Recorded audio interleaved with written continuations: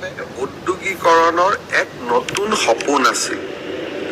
প্ৰতিটো দিনাই মাদ্ৰাজ, চেন্নাই, বেংগলোৰ, কেৰালালৈকে গ'লে অসমীয়া ল'ৰা ছোৱালীক আমি লগ পাওঁ।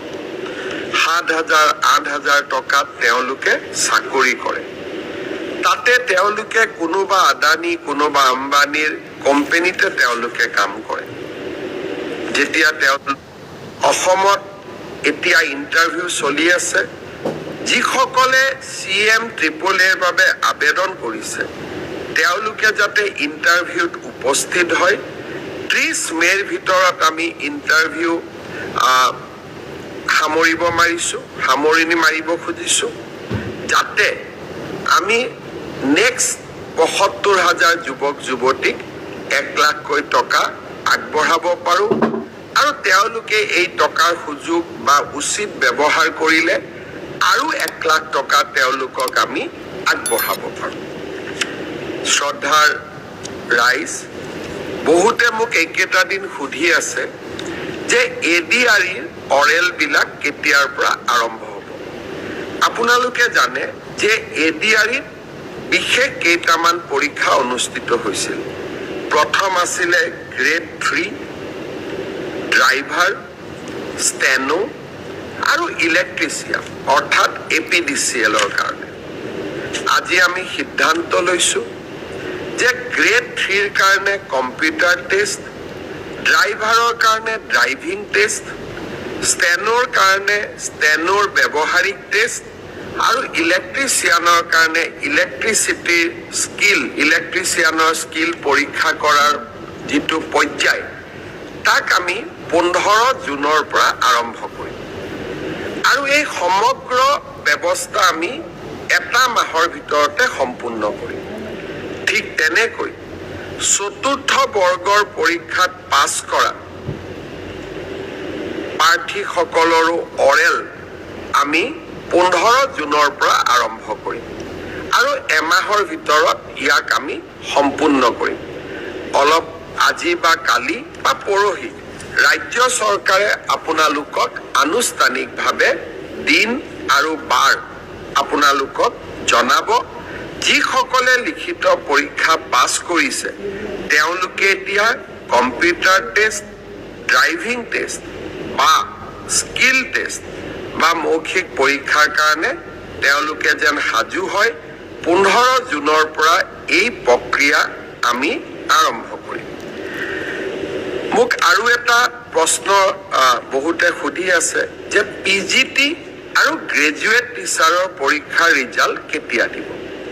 আমি 5 জুন তাৰিখে প্ৰভিজনেল ৰিজাল্ট এনাউন্স কৰিম।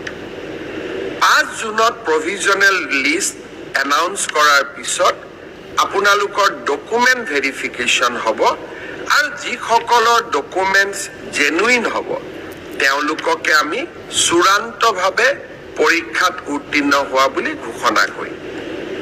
অৰ্থাৎ পৰীক্ষাৰ ৰিজাল্ট কেতিয়া দিব? উত্তৰ 5 জুন তাৰিখে দিব। ইয়াৰ পিছত আপোনালোকৰ মনত আছে এনেকুৱা এটা ফেচবুক লাইভ অনুষ্ঠানতে মই কৈছিলো যে চৰকাৰী কাৰ্যালয়সমূহত কাম কৰা 3য় আৰু 4ৰ্থ বৰ্গৰ কৰ্মচাৰীসকলে পৰ্টেলৰ জৰিয়তে মিউচুৱেল ট্ৰান্সফাৰ কৰাৰ সুবিধা লাভ কৰিব। প্ৰায় 18,000 চৰকাৰী কৰ্মচাৰীয়ে আবেদন জনাইছিল আৰু মেথছ অৰ্থাৎ কোনোবা আহিব লাগিব, কোনোবা যাব লাগিব, অৰ্থাৎ মেথছ মেকিং হ'ব লাগিব। আমি প্ৰায় 8,000 প্ৰাৰ্থীক মেথছ মেকিং কৰিব পাৰিলো। অৰ্থাৎ অহা মানুহো আছে, সেই স্থানলৈ যোৱা মানুহো আছে। যোৱাকালি মই এই গোটেই বিষয়টো নিজে পৰীক্ষা কৰিছিলো। মই আপোনালোকক জনাব খুজিছো যে জুন মাহৰ প্ৰথম সপ্তাহত আমি পৰ্টেলৰ জৰিয়তে যিসকল যোগ্য হ'ল তেওঁলোকৰ ট্ৰান্সফাৰ অৰ্ডাৰসমূহ আমি মুকলি কৰি দিম। অৰ্থাৎ আপোনালোকৰ অপেক্ষাৰ অন্ত পৰিব আৰু আগষ্ট বা ছেপ্টেম্বৰ মাহত এনেকৈ আৰু এবাৰ ট্ৰান্সফাৰৰ সুবিধা দি আমি পৰ্টেল মুকলি কৰিম। অৰ্থাৎ চৰকাৰী কৰ্মচাৰীসকলৰ লগত আমি থিয় হৈ থাকিম। শ্ৰদ্ধাৰ ৰাইজ, পৰীক্ষাৰ ৰিজাল্ট দিলে, মেট্ৰিকৰ ৰিজাল্ট দিলে, হায়াৰ ছেকেণ্ডাৰী ৰিজাল্ট দিলে, গ্ৰেজুৱেশ্যনৰো ৰিজাল্ট দিব। দুটা আঁচনি আমি আৰম্ভ কৰিব লাগিব ছাত্ৰ ছাত্ৰীসকলৰ বাবে। গ্ৰেজুৱেশ্যন এইবাৰ 2024 আৰু 25 চনত যিসকল ছাত্ৰ ছাত্ৰীয়ে গ্ৰেজুৱেশ্যন পাছ কৰিলে তেওঁলোকক এইবাৰ আমি জীৱন প্ৰেৰণা আঁচনি আগবঢ়াম। নিযুত মইনাৰ হিতাধিকাৰীসকলে এই আঁচনি লাভ নকৰে, আন সকলো যুৱক যুৱতীক এই আঁচনি আমি আগবঢ়াম। 1 জুনৰ পৰা এই জীৱন প্ৰেৰণা আঁচনিৰ আবেদনৰ পৰ্টেলটো আমি মুকলি কৰি দিব খুজিছোঁ। 2024-25 চনত অসমৰ যিকোনো বিশ্ববিদ্যালয়, প্ৰাইভেট ইউনিভাৰ্চিটিৰ পৰা পাছ কৰিলে নহ'ব, যিকোনো চৰকাৰী বিশ্ববিদ্যালয়ৰ পৰা পাছ কৰা স্নাতকসকলে এই জীৱন প্ৰেৰণা আঁচনিৰ বাবে আবেদন কৰিব পাৰিব। এই আঁচনিৰ জৰিয়তে আমি কি পাম? প্ৰতি মাহত আমি 2,500 টকা কৰি এবছৰৰ বাবে আমি লাভ কৰিম। এই টকাটো কিয় দিয়া হৈছে?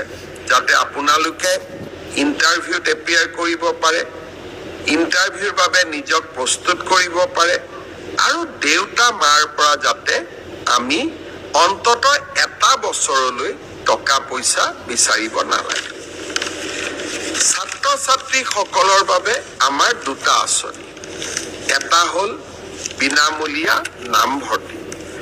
অহা 28 তাৰিখে মই অসমৰ কলেজসমূহৰ অধ্যক্ষসকলৰ সৈতে বা 29 তাৰিখে মই অধ্যক্ষসকলৰ সৈতে এখন ভিডিঅ' কনফাৰেন্স কৰিম।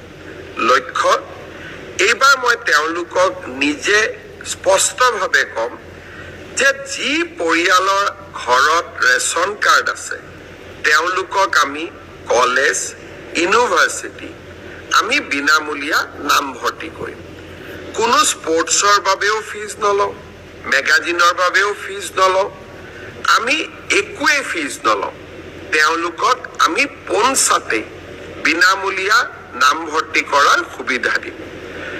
দুই এজনে প্ৰশ্ন কৰিছে যে মই দুখীয়া মানুহ, মোৰ ঘৰত ৰেচন কাৰ্ড নাই, মই বিনামূলীয়া নামভৰ্তি নাপাম নেকি? আপোনালোকে বিনামূলীয়া নামভৰ্তিৰ সুবিধা লাভ কৰিব, কিন্তু তাৰ বাবে আপোনালোকক এখন ইনকাম চাৰ্টিফিকেট লাগিব। কিন্তু যাৰ ৰেচন কাৰ্ড আছে, ৰেচন কাৰ্ডখনেই ইনকাম চাৰ্টিফিকেট। তেওঁক আৰু অতিৰিক্তকৈ কোনো বেলেগ প্ৰমাণৰ প্ৰয়োজন নাই। তেওঁলোকে পোনে পোনে accurate predictions but talks